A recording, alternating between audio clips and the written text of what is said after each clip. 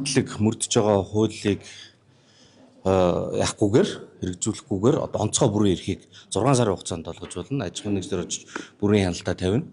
Тэгээд тэрэн дотор харьяалал харгалзахгүйгээр гэж үг байгаа. Өөрөөр хэлбэл энэ үгийг одоо юу гэж тайлбарлах юм тийм ээ?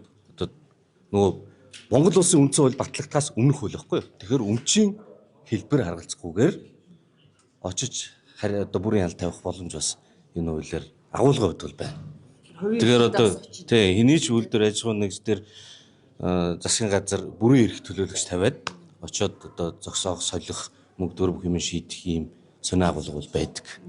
За ингээд юмыг заавал ингэж муухан үзээс нь харж явах тийм ээ. Онцгой нөхцөл байдал үүсэн үед бол засаг одоо хүн томлоод, бет томлоод түрүүн жишээн дээр энэ хүмүүс яриад байна л да. Одоо энэ Эрдэнэс 5 толгой дээр бол жишээ нь татвар төлсөн орлого нэмэгдсэн, борлуулалт нэмэгдсэн энэ төр гээл байж магадгүй. Нөгөө тохиолдол дээр бол Т3 дээр нэг хүр ашигтай байгаагүй энэ төр гээл ярьж лээ. Бас байж болно. Гагцгүй бид нар ардчилсан нийгэмд амьдарч байгаа хуулиар засаглах зорилготой. Өөрөөр хэлбэл тухайн үеийн даргын шийдвэрээр онцгой бүрэн эрх төлөөлөгч томилоод тэр нь одоо хуулийн процедурыг мөрдөхгүйгээр үйл ажиллагаа явуулах энэ цаг үе бол өнгөрцөн.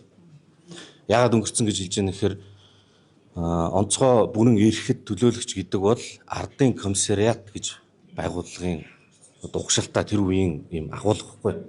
Ардын комиссар бүрэн эрхэт комиссар гэдэг юм бол яасан гэхээр 20 дугаар зууны үед нийгмийн журам өөрчлөгдөхөд юун тэр хууль бичиг дүрм процесс ард түмний төлөөлөл болоод яаралтай газар дээр нь арга хэмжээ авах бүрэн эрхтэй хүмүүс. Тэгэхээр ямар нэгэн байдлаар хуулиар засаглаж байгаа хүмүүс хуулийн бүрэн эрхийг процедур явуулахгүйгээр хин нүгэнд шилжүүлж өгнө гэдэг бол дандаа эрсдэл дагуулдаг. Тэр нь бол салбар болгон дээр бас харамсалтай үр дүнгууд зөндөл гаргажсэн. Тэгэхээр энэ цаг үеийн өнгөрцөн. Дээрээс нь бид нарт төрийн болон орон нутгийн өмчийн тухай хууль гэж байна. Онцгой байдлын тухай хууль байна. Онцгой байдал үүсээд гамшиг үүсэн тохиолдолд эсвэл дайн байдлаа болж явах төр хяналтаа авна ойлгомжтой. Гэхдээ тэр нь бол тэр хуулиудаараа зохицуулах ёстой. Тэгэхгүй шууд бүрэн эрх комиссийг засгийн газраас томилно гэдэг бол засгийн газар дарга тэр дарга бол сонгуульд ялсан намаас томилогдож байгаа хүмүүс. Өөрөөр хэлбэл цаана нь улс төрийн зорилгоор бүрэн эрх төлөөлөгч томилох юм боломж одоо болтол манай хүчинтэй хууль дотор байгаад байгаа байхгүй юу? Тэгэхээр энийг бол бид нар байхгүй болох хэрэгтэй. Байхгүй болгосноор төрөөс олруулж байгаа хэрэг биш ээ. Тэр нь бол тэр одоо нөгөө хуулиуд дээр ингээд мөрдөгдөд явах хэрэгтэй. Сүүлийн бэжүүд их томилогдоод одоо буулгана гэж ирсэн ч өөр албан тушаалтай төлсөн гэдэг зүйл яригдсан. Энэ дээр таваас нэг. Ер нь яг ингээд эн чинь нөгөө тийм боломж нээлттэй байгаа учраас нэг ашиглачаад тэгээд дуусчихгүй ингээд дахиад сунгаад ингээд нэг юм завааруулаад тэгэл хууль процесс тагахгүйгээр улс төрийн томилгоогоор шууд асуудлыг шийдээд тах ийм эрсдэл байгаа л байгаа байхгүй. Тэгээд ийм одоо ийм зүгээр яг тухайн цаг үед гайгүй хариуцлагатай хүн байсан байж болно. Хин нэгэн гарч ирээд тэндээс эрсдэл үүсэх юм боломжууд бол бий. Тийм учраас бид нар иймэрхүү юм бол хаачих хэрэгтэй л гэж бодож байна. Хуулийн ордны замыг засгийн газраас зогсоолоо. Тэгэхээр энэ дээр та анханаас нь бас эсэргүүцэжсэн бас хатан тулаан хамгааллын хөтөлбөрөд өөрийн биеэр очиж бас эмгэг үзүүлж ийсэн хувь гишүүний яг юу гэж харж байна. Нөгөө талаас өчигдрөөс эхлээ зарим улсын хөтөлбөр гишүүд явуулаач явуулах ёстой их байр суурийг илэрхийлж байна. Энэ дээр та 2-3 фактор байна л да. Нэгдүгээрт нь төгжрэлд олигтой нөлөө үзүүлэхгүй. Яагаад гэвэл төсөл хариуцж байгаа хүмүүсэнд танилцуулсан.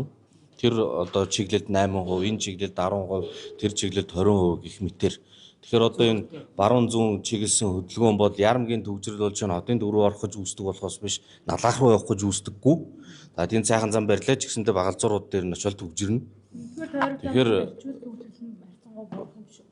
яг бүр нийтээрээ хотод тойрог замтай байдаг л да. Голын ирэг дээр тэр бетон барьж явах гэдэг ахуулгаар нь бисэргүй байгаа. Тэгэхээр төгжрэлд бол их том хөв байхгүй. Мэдээж том магистрат үүсгэх юм тодорхой хэмжээнд байгаа. Гэхдээ тэр хэмжээний одоо байгаль орчны гоо зүйн мөнгөний үнц нь байгаа мó гэдэг дээр бол би санд нийлэг учраас эсрэг байр суурьтай байсан.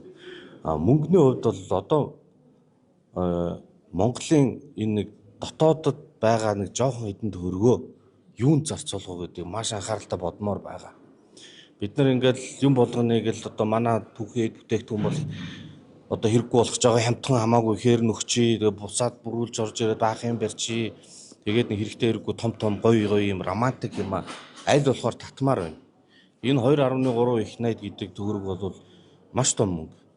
Тэгээд тэрийг ийм эргэлзээтэй юм руу битгий хийгээч.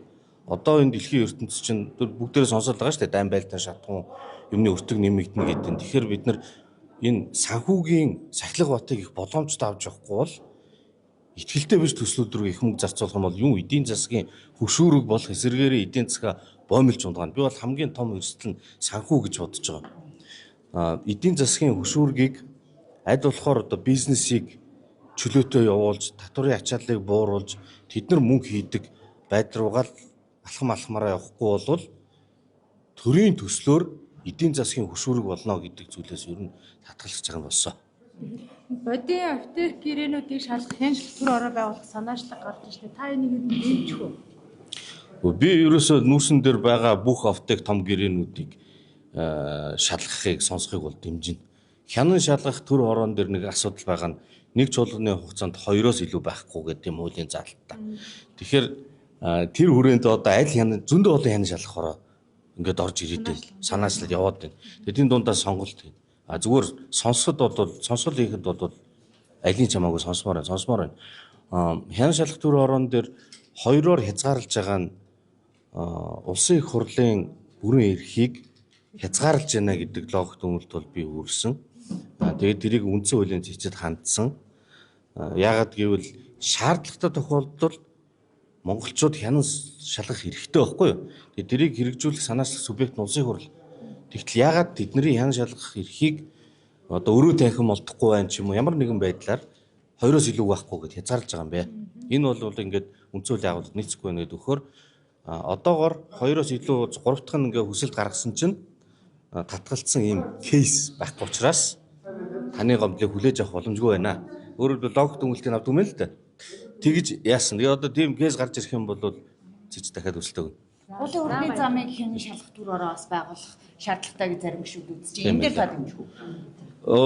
Тулын хурдны замыг одоо хянамаар байна, сонсомоор байна. Дахиад хэрвээ хоёрхан байх ёстой бол би одоо энэ дээр бодохоос өөр аргагүй л байна. Түүнээс гадна Ер нь бол оролцсон.